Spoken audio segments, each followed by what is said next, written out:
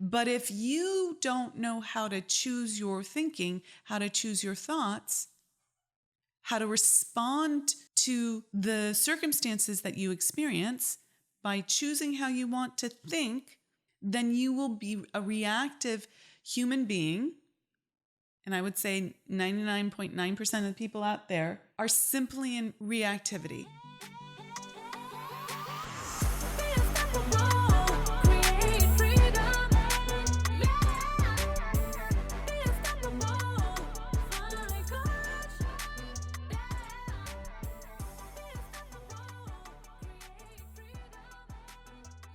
Welcome to the Unstoppable Woman podcast. I'm your host, Amira Alvarez, and I am super excited that you are here.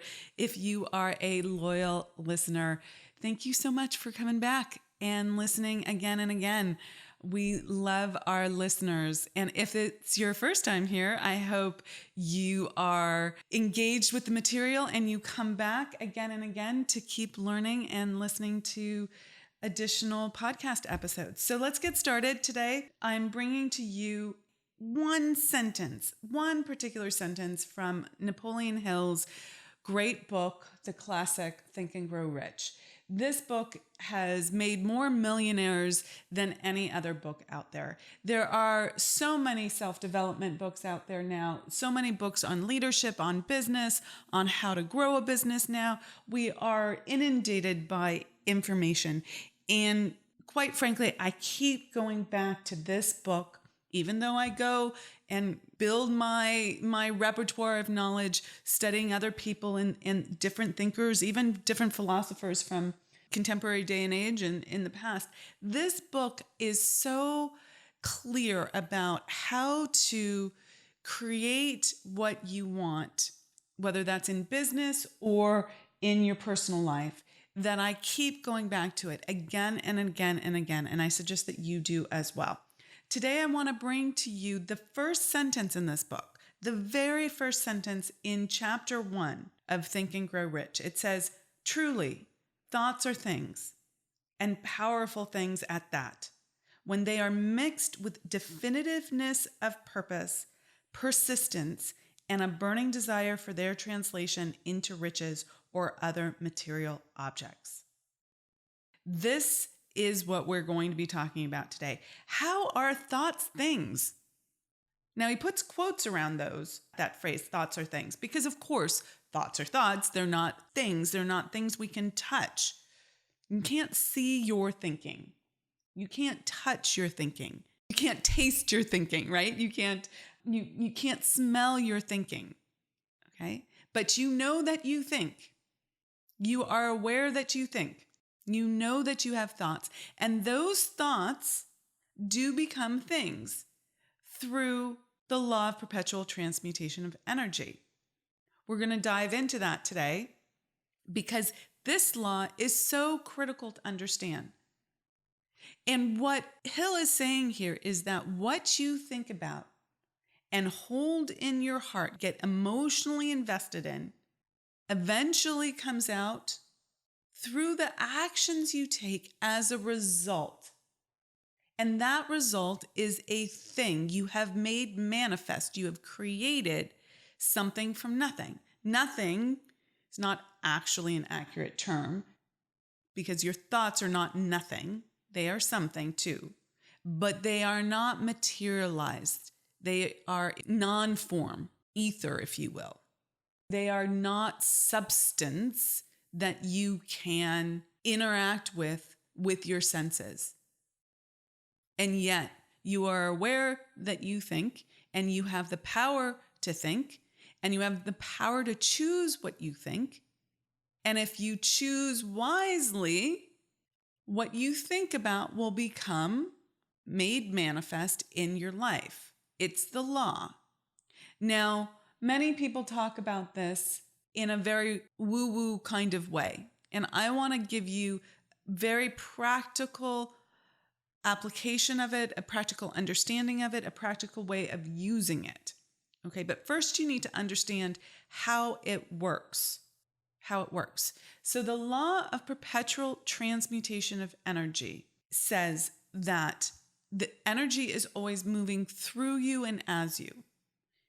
and it will take the form of your thinking, and it will transmute, which is a fancy word for transform or change form, from non-form into form. Everything is moving into form and then back out of form. Again and again and again. This is a natural law of the universe. Think of a tree. The seed grows, it becomes a tree. The leaves drop from the tree and they compost in the ground. That compost turns into peat. That peat turns into energy. You're going to use it to heat your stove. Then that heat is let off as energy and it becomes non-form, right? And it's a whole cycle of this, okay? Or you could, if you don't understand the peat analogy, those leaves drop in compost and they fertilize the next seed that comes up and grows.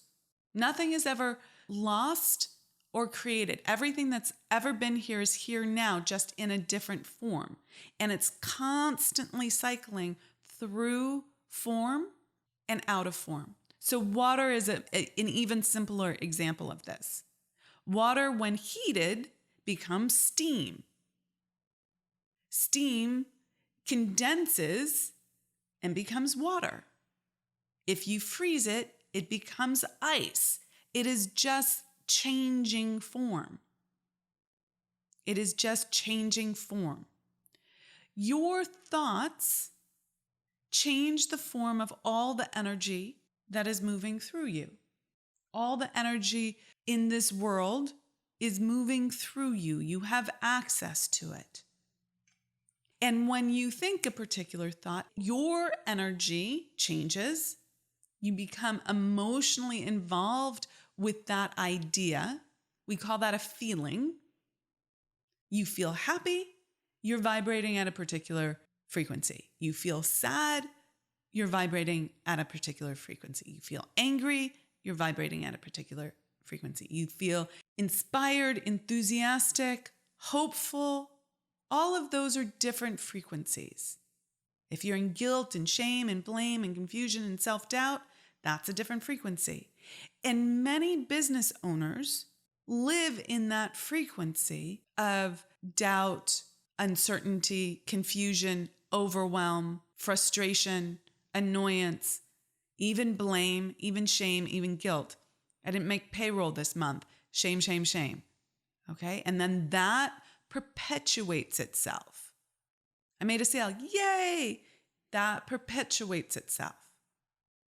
And of course, it sounds great to live on the highs, but the truth is you must learn how to experience all that life has to experience with a neutral response, a positive but neutral response, meaning not too high, not too low, so that you can constantly evolve. You don't let your ego get in the way when it gets too high, and you don't get diminished or denigrate yourself when it goes low. You just use the law of cause and effect to understand what cause you put into effect and how to change that. But if you don't know how to choose your thinking, how to choose your thoughts, how to respond to the circumstances that you experience by choosing how you want to think, then you will be a reactive human being. And I would say 99.9% of the people out there are simply in reactivity. They're just reacting to what's happening to them. And they think it's happening to them instead of recognizing that this is a result and that I am a creative being. I create my outcomes. So I get to choose how I'm going to respond to this situation. So let's bring this back to a business example. Let's say a team member messes up with something and you just want to scream like, come on, can't you get it together? Like, what's so hard about this? Okay. In your head, you're saying that. And that you're getting emotionally involved with, even if you don't articulate it. Now, step one is to change your articulation. Absolutely. But Step 2, going into a level of mastery, is to change your emotional response. Because if you just change the words, you do change something, okay? It's not without different result. However, we live in an energetic universe, a vibrational universe. And that energy of, come on, can't you get your act together? You've let me down. You're messing up. You're not good enough. You're critiquing them in your vibration, in how you actually feel. That is what's actually getting communicated. And this is what we call a double bind. When someone says something, but their energy says something else. So your action from this is to shift your emotional state in the moment. And you can do that by understanding that what you give out comes back to you in the form of a result. So why not, if you don't want to do it for them, right? If you just want to be all about you, why don't you change what you're giving out? If you're giving out, you're not good enough, you're effing up, that is the result you're going to get back. Now, who wants that? I don't want that. So I need to change what I'm giving out. Now, this is an iterative process. This means if you're looking at yourself and you realize, oops, I'm doing that here, here, here, and here. Wow, I'm doing that 90% of the time. Okay, great. You're not doing it 10% of the time. Let's make it 89% of the time. Let's keep working the process, becoming aware at a higher and higher level so that you can then change your outcomes. And each time you recognize this, you make a shift.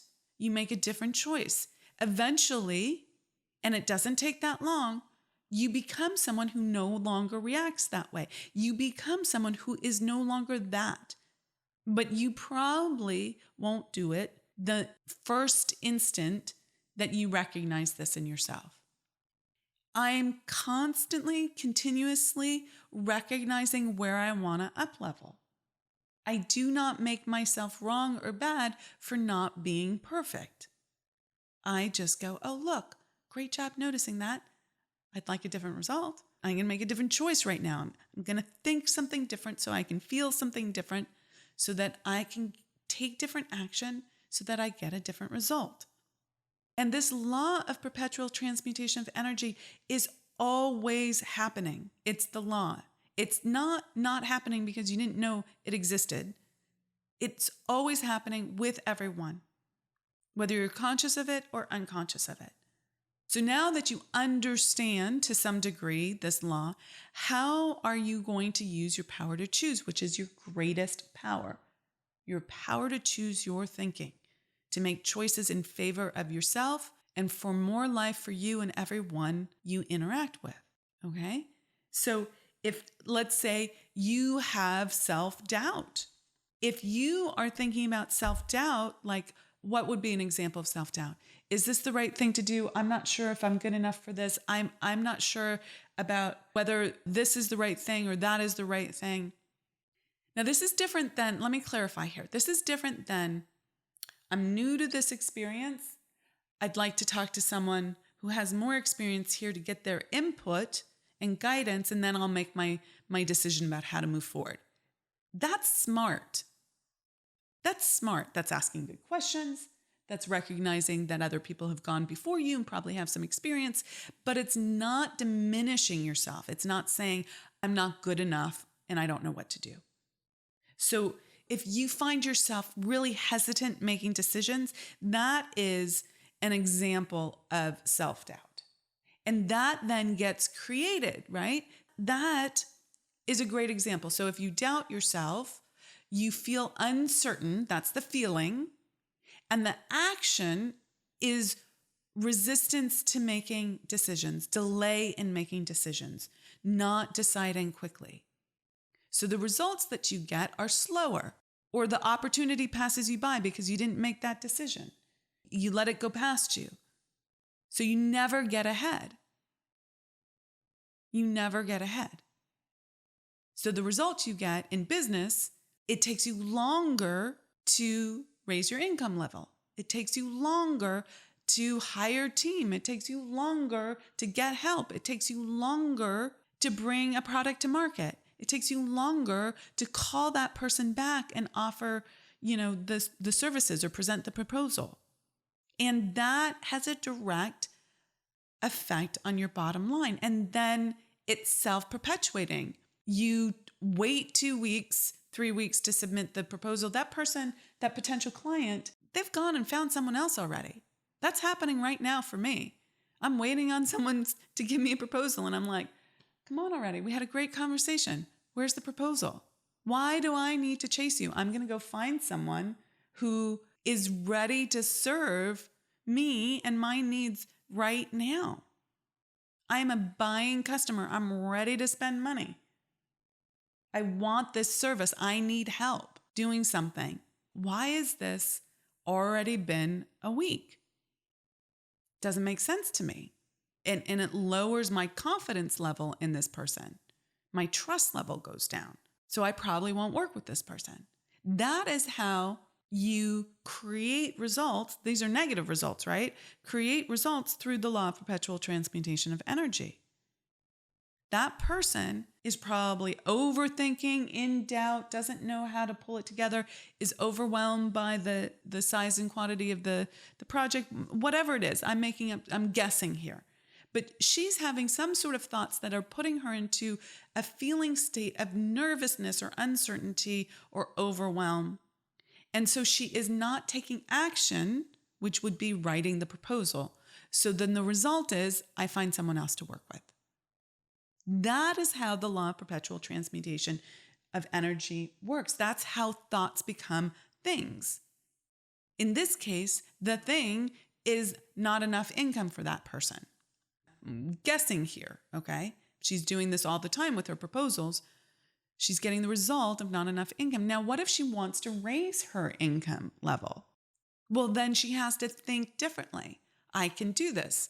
This is great that I have this new client at this level. I want this job. How can I make this easy? How can I make this work? What would I need? What would I need to do to make this work? Those are all thoughts that would put her into a feeling state, a vibration, a frequency of yes, can do, which would have caused her to create a proposal much quicker, to which she would have a higher likelihood of me saying yes and having a new client who pays her.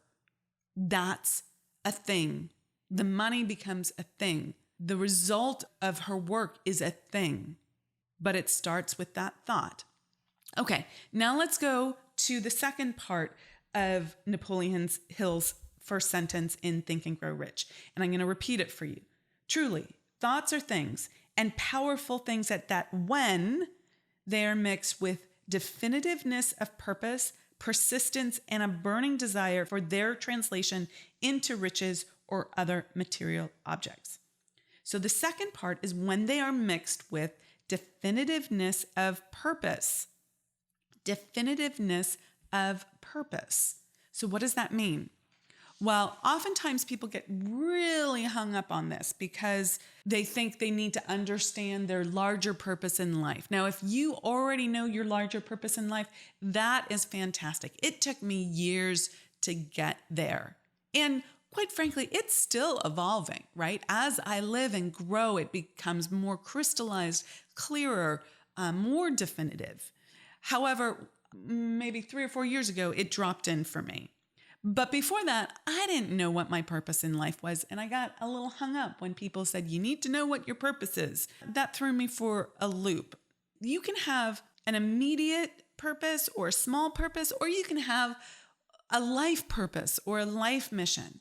Both count, okay? You can start off small. What is my purpose today? What is my goal for today? What is my intention for today? What is the immediate thing that I'm going after? Maybe it's the thing for this month or this year or this sprint in your business. What is the immediate thing that you want? Now, a purpose is a reason for doing something. One's objective for doing something. One's reason must be clear also. This is super important. Clarity is huge. Clarity is huge. I have a little framed statement on my desk that says, when I get clear, I'm a master manifester. And it's there to represent for me how much clarity plays in this game that we live in that called life, the game of life, right? Like, if I want something, I need to be clear about what I want. A lot of people say they'd like to make more money, or they'd like to be rich, or they'd like to be wealthy. Well, what does that actually mean to you? Do you know how much money you want to make this year, this month, this week, today? Do you know what being wealthy means, or rich?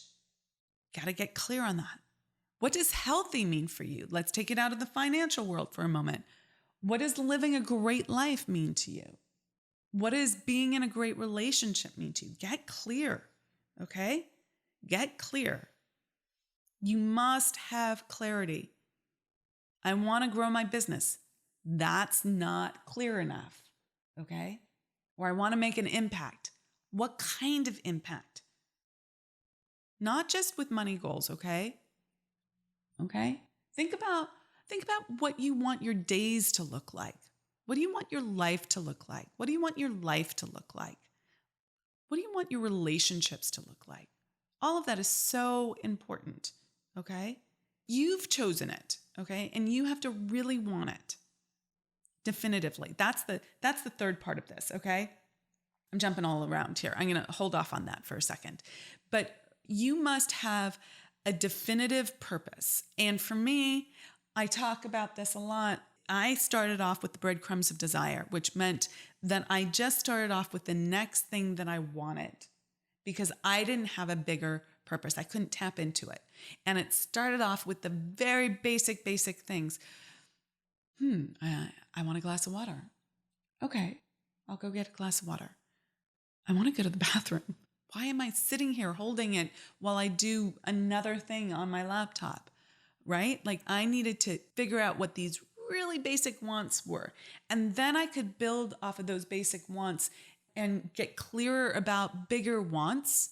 And then those became purposes, something that a definitive objective in my life, okay? Something that I really knew why I wanted it. But first I had to start off with just, I want that. And for those of you who don't know my story, my big quantum leap came from me saying, I want to make $1 million. I didn't have a clue what my purpose was then. Maybe a little bit of a hint, but that was my definitive objective for that year. And I went from making 138 to making 700K. So I did not make the $1 million. I did later, but I did not make the $1 million. But I 5 times my income, and I went from 138 to 700K, which I would never have been able to do if I hadn't held that clear objective, that clear goal. Okay? So you need that. You need a definitive purpose. And it can be short-term, that was that year's goal, or it can be long-term. And then he says you need to be persistent. You need to go after that goal with persistence. This is one of the things that I see that gets people all messed up. They start off with a lot of inspiration and motivation. They're staying accountable for a short period of time, and then they go off the rails because the thing that they want didn't come in instantaneously. And so they start going into self-doubt and all this other stuff that gets them off track. Through the law of perpetual transmutation of energy, they go back into their habitual way of thinking and they go off track again. They don't stay accountable, and therefore they don't stay persistent with their goals. And there's so many reasons for this. I'd love to teach you all of them. I highly suggest that you come to the Unstoppable Woman Income Breakthrough Summit. We're going to go into all of this in so much more detail. If you're interested in that, you can check it out at theunstoppablewoman.com/summit. It's May 14th, 15th, and 16th, and we're doing it in person if you are someone who feels comfortable traveling at this point, or you can join us virtually. We're doing a live stream, which I'm super excited about, all the stuff that we're doing for folks during the live stream. So check that out. So you have to stay persistent. And there's so many things that take people out of the game.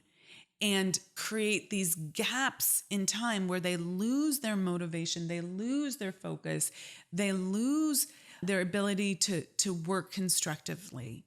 And it slows down their ability to do what they want in life and achieve their definite purpose, whatever their goal is. And if you're someone who wants to increase their cash flow in their business, this is about knowing what your business plan is, knowing what the steps are in your business, and then actually staying the course and doing it regardless of the ups and downs, regardless of what comes back to you, being persistent in your movement forward and not losing the trail, okay? Or creating big delays there.